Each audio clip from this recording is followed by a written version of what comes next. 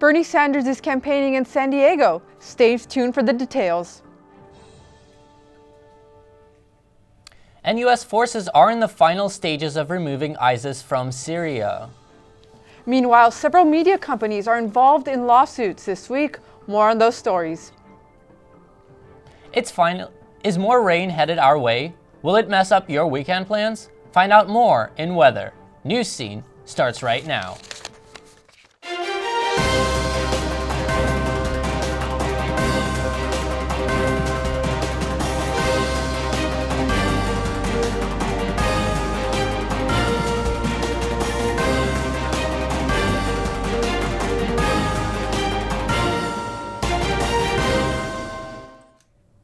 Welcome to this week's edition of Newscene. I'm Yakira Delgadillo. And I'm Edgar Yutkevich. During the taping of our show, it was reported that the Washington Post released the Mueller report on President Trump. We will have our team investigate on this report in the upcoming weeks. And President Trump has been attacking the late Senator McCain on Twitter. Brian has more on the story. That's right. The big developing story is the Mueller report just released to Attorney General Barr, which we will have coming up on our next episode. But for now, Donald Trump was expected to condemn the ideology behind the terror in New Zealand after the killer's manifesto called the president a symbol of white identity. Trump instead took to Twitter over 50 times last weekend, airing out grievances. The president's tweets about the late Senator John McCain spreading the, quote, fake and totally discredited dossier is stirring controversy because the FBI received the dossier on Trump before the election, but McCain turned it over after, and there is no evidence McCain leaked anything to the media. McCain's daughter, Meghan, a host of The View, defended her father on the show. Spends his weekend obsessing over great men because he knows it and I know it and all of you know it. He will never be a great man. No. Yeah. No. And so he's my father was his kryptonite in life. Yeah. He's his kryptonite in death. On a personal level, I agree with you. All of us have love and families. And when my father was alive up until adulthood, we would spend our time together cooking, hiking, fishing, really celebrating life. And I think it's because he almost died. And I just thought, your life is spent on your weekends, not with your family, not with your friends, but obsessing over great men you could never live up to. Yeah. McCain's friend, Senator Lindsey Graham, was reluctant to criticize the president, but tweeted McCain was one of the most consequential senators in the history of the body, and nothing about his service will ever be changed or diminished. Majority Leader Mitch McConnell tweeted McCain was a good friend, rare patriot, and genuine American hero in the Senate. Counselor to the president, Kellyanne Conway, downplayed the criticism. Service to this country in many different areas, beginning with his service, obviously, in the United States Navy, and I can't even imagine 5.5 years in what is known as the Hanoi Hilton.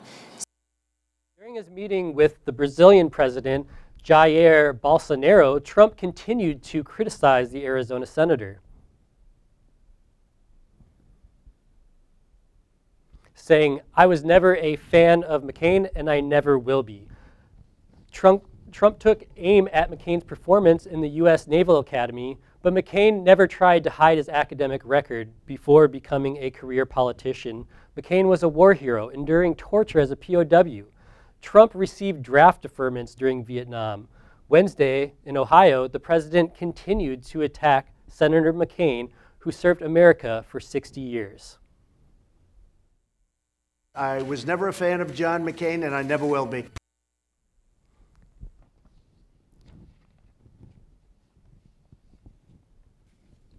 And the president's approval was not required for McCain's funeral, and Trump appears still bothered he was not invited. Prior to McCain's death from brain cancer, he voted against the repeal of Obamacare. Trump's claim McCain misled the White House on that vote. A former McCain aide told CNN that never happened, but the chairman of the American Conservative Union, a Trump loyalist, backs the claim. In another interview aired this morning, Trump used the word horrible to describe McCain's acts. So this is still going on. Back to you at the desk. Thank you, Brian, for that report. McCain wasn't the only one Trump was feuding with this week. With more on this story, here's Carrie Nocco. Full of presidential feuding, nothing is standing out more than the back and forth between Trump and the husband of his White House counselor, Kellyanne Conway. Her husband, George Conway, is a prominent Republican lawyer who has been criticizing the president on Twitter for months. Recently, Conway has stepped up his criticism both on Twitter and in person. This week, he stated concerns for the president's mental health. Trump fired back, calling the husband of his White House counselor a total loser. Trump has taken his attack on Conway from Twitter to outside the White House. I think he's doing a tremendous disservice to a wonderful wife. Kellyanne is a wonderful woman, and I call him Mr. Kellyanne. Despite the attacks on her husband, Kellyanne Conway is standing by the president's side. When asked if she shared the same concerns as her husband about the president's mental health, this was her reply. No, I don't share those concerns, and I have 4 kids, and I was getting them out of the house this morning before I got here, and talked to the president about substance, so I may not be up to speed on all of them. The feud between Conway and Trump seems far from over. Kellyanne Conway, though, is staying out of it. When it comes to her husband and boss, she says, quote, "I'm not being asked to choose," end quote. White House aides are still trying to determine the strategy in the recent Trump tweets fights. U.S.-backed forces are pressing an offensive against the Islamic State group in Syria. The long-running battle to retake the last outpost held by ISIS in eastern Syria appears to be over. Journalists from the Associated Press report soldiers are evacuating women and children from the areas as Kurdish-led Syrian Democratic Forces, known as SDF, search through underground tunnels and foxholes. Smoke can be seen rising from the last overrun village as hundreds of U.S. militants surrender after the SDF seized control of an encampment. Since there are concerns about mines and booby traps, an SDF spokesperson said, quote, "Our forces are still conducting search operations, and as soon as they are finished, we will announce the liberation," end quote. There's also anticipation building in Washington as President Trump promised the presence of ISIS in Syria will be eradicated by the end of the day. Bernie Sanders is in San Diego. This is the beginning of his campaign and the first stop in the California tour. Next stop is Los Angeles on Saturday, and it will end in San Francisco on Sunday. His campaign promises to draw the interest of more than 3,000 people. Former University of San Diego basketball coach has been implicated in the college admissions scandal that has swept the nation. Lamont Smith, along with 2 others attached to USC, are connected in what authorities have described as the largest scandal involving college admissions. A number of parents are accused of paying more than $25 million to get their children highly selective colleges. Robert Flaxman paid $100,000 to get his son into the USD with the help of Smith. Federal documents claim that they worked together to get Flaxman's son in as an athletic recruit, even though he did not play basketball. Smith left the university in March 2018 after being arrested for suspicion of domestic violence. He later accepted an assistant coaching position at the University of El Paso, Texas, but has since been forced to resign. In other news, the owner of the defending Super Bowl champions, the New England Patriots, is offered a plea deal in a prostitution solicitation case. Robert Kraft is charged with soliciting prostitution in a Florida spa. The spa is tied to an international human trafficking ring and is among 10 spas shut down in the Orlando area. Prosecutors in Florida have offered plea deals to Kraft along with 24 other men. The deal will allow the men to avoid criminal convictions in exchanges for performing community service. Kraft would also be required to admit he would likely be found guilty if he went to trial, according to the Palm Beach County State's Attorney's Office. Sources say that Kraft will not accept the plea deal and is arraigned on March 28th. The European Commission hits Google with a $1.7 billion fine. The fine is due to Google's advertising program AdSense. AdSense prevents the website from simultaneously using the advertisement program of other companies. That means that only Google gets to display its advertisements on a website. The EU Commission found that Google's AdSense violates the antitrust rules of the European Union. This is the third multi-billion-dollar fine that Google has to pay the EU. This week, Republican Congressman Devin Nunes of California filed a lawsuit against a cow. In a lawsuit mainly aimed at Twitter, he named two anonymous users under the handles @DevinNunesMom and @DevinCow. While the former was suspended after Nunes' actual mother complained, @DevinCow has become extremely popular to the point where it now has more followers than the congressman on Twitter. The account is retweeting several tweets mocking Nunes with hashtags such as #BeButter and #The Movement. Facebook is paying almost $5 million in lawsuit settlements against claiming their online ads promote discrimination. The social media company received 5 lawsuits accusing them of making it easier for advertisers to exclude people from seeing housing, credit, and employment ads. As part of the settlement, Facebook is pledging to launch a new advertising platform that blocks advertisers from targeting audiences based on gender, race, age, and zip code. A report finds the most violent city in the world is just across the border. The San Diego Padres made the Sports Illustrated cover. More when we return. You know what, guys? There's a lot of tree branches and dry brush over here. We should probably move the bonfire over there.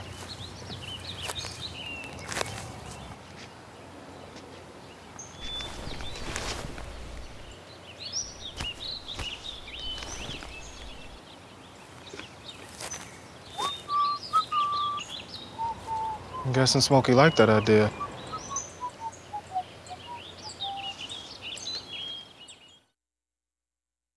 A new report finds that Tijuana is the most violent city in the world. The report was done by a Mexican nonprofit and is based on the number of homicides for the year 2018. It goes on to state that 4 of the 5 most violent cities in the world are currently in Mexico. The violence stems from the battles between drug cartels. In Tijuana, the cartels are fighting over control of their domestic drug market. San Francisco is paying a former aspiring actor and hip-hop artist millions after he was framed for a friend's murder by police. The friend of Jamal Trulove was murdered in 2007. Trulove spent over 6 years in a maximum security prison until he's acquitted in 2015. Last year, 2 homicide detectives on the case were found to have coerced a key witness, falsified evidence, and omitted crucial information. Trulove will be paid over $13 million by the city.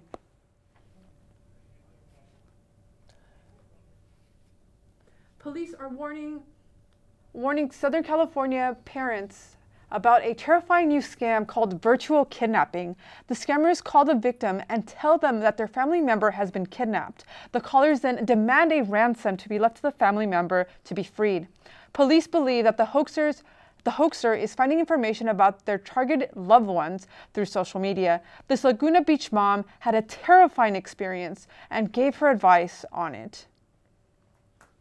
It was a nightmare from the very beginning. I mean, hearing my daughter's voice, screaming for help, that she was in a van. I want to let all parents know that if a phone call comes through from a number that they don't recognize, to not answer that call.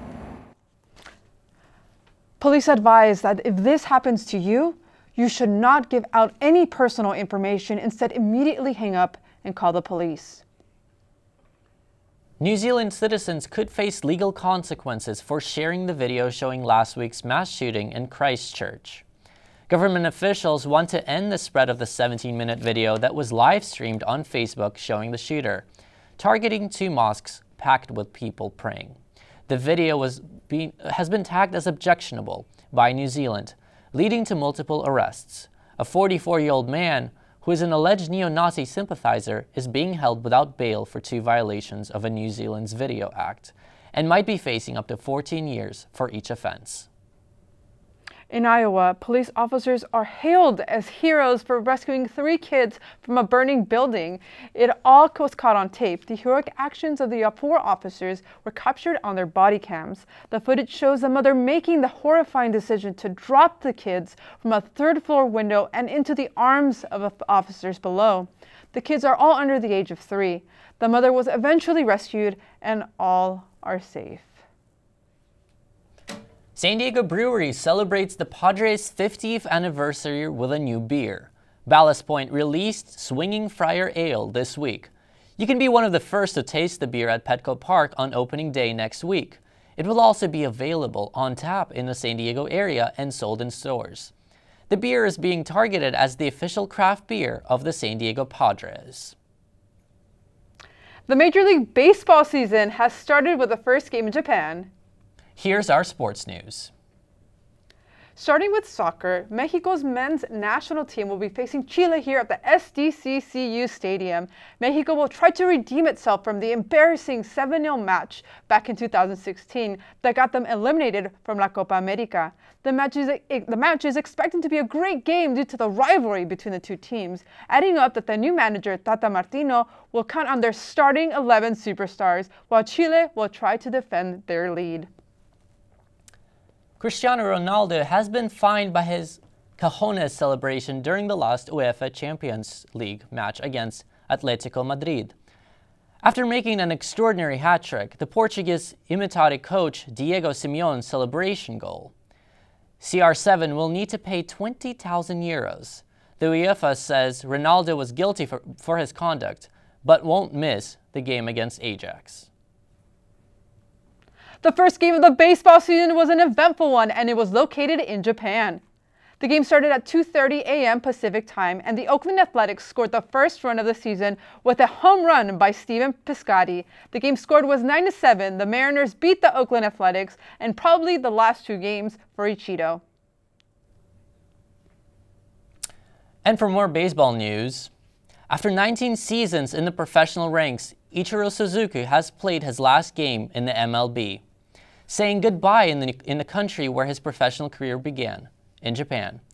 The 45-year-old star was in his home country of Japan for a series there between his Seattle Mariners and the Oakland A's. Suzuki left the game in the 8th inning to a standing ovation in the Tokyo Dome and a huge ovation from his teammates. The outfielder was a 10-time All-Star, wishing the Mariners legend only the best in his retirement. Okay. Your San Diego, oh, and sorry about that. Sorry about the little miscommunication here. A YouTube star is making the way back to broadcast television.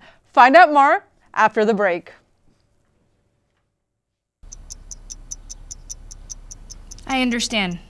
I know it's not your typical resume. Okay, well. But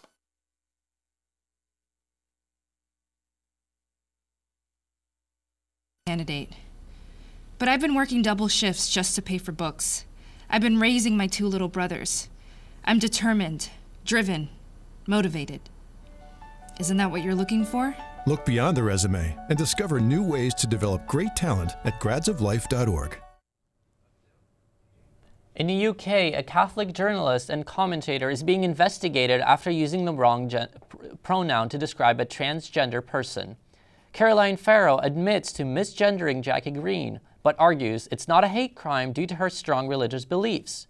Farrow also stated that she would happily do jail time for her beliefs. The mother of Green responded by saying that it was not uncommon for her daughter to be misgendered online. What was uncommon, though, was a journalist using a public platform to send very malicious and nasty messages. A new study says music can affect the taste of cheese, and hip-hop gives cheese more funk. Swiss researchers played different genres of music, like Led Zeppelin and Mozart, to cheese cover on a 6-month period. Other cheese was exposed to only sounds, and control cheese was only received silence. Researchers found difference in taste, in smell, taste, and flavor of the cheeses. The cheese exposed to a tribe called the Quest reportedly tasted the best.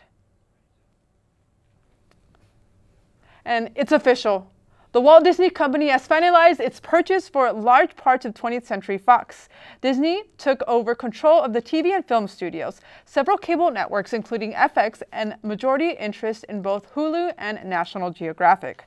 Disney paid over $71 million in what is being regarded as one of the biggest media mergers ever. It should be noted that the company purchase did not include either Fox Broadcast or Fox News. Things are getting shaken up in the broadcast TV and in the Marvel Universe. Here's Aya Elise with more. YouTube star Lily Singh is coming to late night. Singh made the announcement on NBC's The Tonight Show this week, which is appropriate because 30-year-old Singh will be the host of a late-night talk show that will be replacing Last Call with Carson Daly on the network in September. Singh will be the first woman of color and member of the LGBTQ community to have a late-night talk show on a broadcast network. The actress, author, and producer has 14 million followers on YouTube. She has a best-selling book and has appeared in movies including Bad Moms and Ice Age Collision Course. Now, in another first, Marvel Studios' first film to star an Asian lead called Shang-Chi will be directed by filmmaker with local ties. Dustin Daniel Cretton has a bachelor's from Point Loma Nazarene and a master's in fine art from San Diego State University. Cretton's breakout film was 2013's Short Term 12. This film was based on his experience as a child care worker here in San Diego. Shang-Chi is still in the early stages of production, so a release date is yet to be announced. Now, in other news from the Marvel Universe, Daredevil star Rosario Dawson has confirmed her relationship with presidential candidate Cory Booker. Dawson, who is known for her political activism, endorsed Barack Obama and Bernie Sanders in past elections. She also co-founded a Hispanic voter outreach organization called Voto Latino. Though it is unclear how the New Jersey senator and actress met, rumors have been swirling about the couple after being spotted going to a Broadway play together earlier this year. Now, in other news, the CEO of Warner Brothers is stepping down this week due to allegations of sexual misconduct. 54-year-old Kevin Tsujihara is accused of using his influence to give movie roles to an actress he was having an affair with. This was revealed through text messages leaked to The Hollywood Reporter. Tsujihara's actions are being internally investigated by Warner Brothers. Also, talk show host Wendy Williams is sharing that she's been living in a sober house. 54-year-old Williams came forward Tuesday on her talk show saying she wanted her viewers to know the whole story behind her recent absence, stating that she struggles with cocaine addiction. The talk show host has been open about her struggle with addiction in the past. However, this is the first time she is undergoing formal treatment. Williams has been absent on her own talk show for more than 2 months, citing health problems stemming from Graves' disease. Now, in local entertainment news, KAABOO has announced its lineup for this year's Fall Festival. Artists playing San Diego's largest music event include headliners like Kings of Leon, Dave Matthews Band, and Mumford & Sons, along with other acts like Snoop Dogg, One Republic, Black Eyed Peas, Duran Duran, the list goes on. KAABOO will be happening at the Del Mar Fairgrounds September 13th to 15th. Now, if you're looking for a festival this weekend, we got you covered. San Diego is having a day-long celebration of singing tomorrow at the Balboa Park. But the thing is, it's fun for the whole family. Now, it will be taking place this Saturday, like I said, tomorrow, and it happens every 2 years at the Sparkles Pavilion. Now, this is a free event, and it'll feature 22 choirs from across the county. And it starts in the morning at 10:30, and there will be a sing-along, so make sure to warm up your voice. Well, that's it for entertainment. Back to you at the desk. Oh, thank you for that report. It's great. A lot of good events happening here in San Diego. Kind of want to be there on Saturday now. Yeah. I wonder if the weather would be great. It looks like the rain has stopped. Are we going to stay dry? Find out in weather coming up.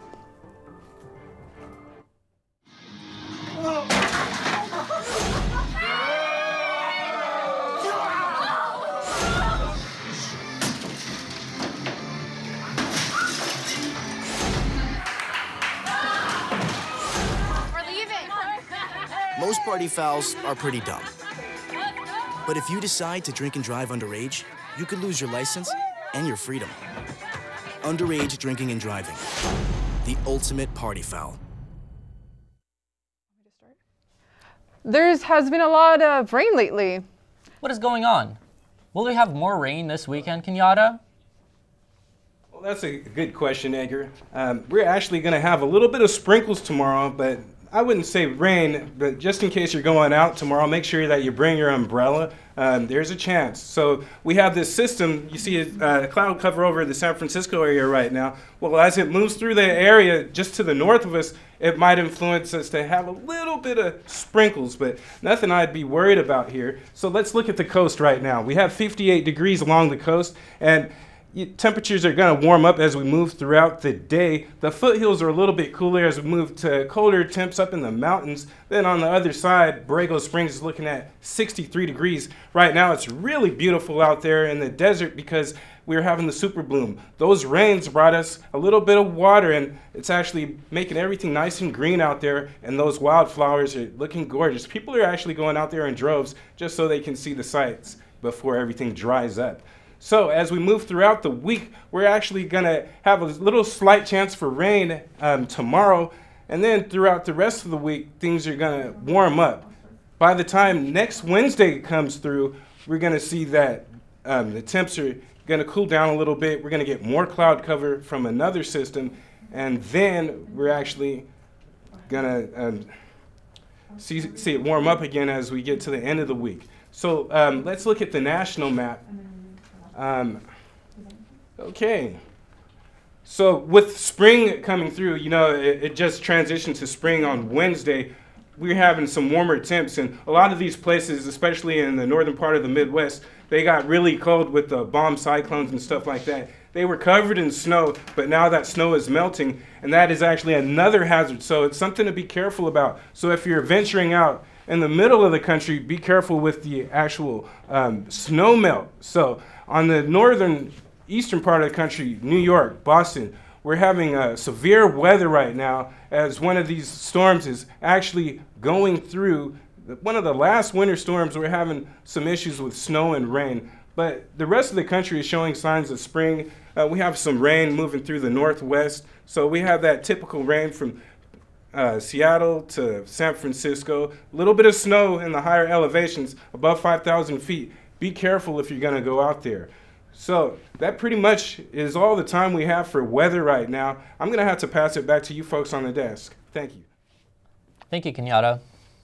If you're hitting the beach and partying this spring break, the CDC is reminding students to be healthy and safe.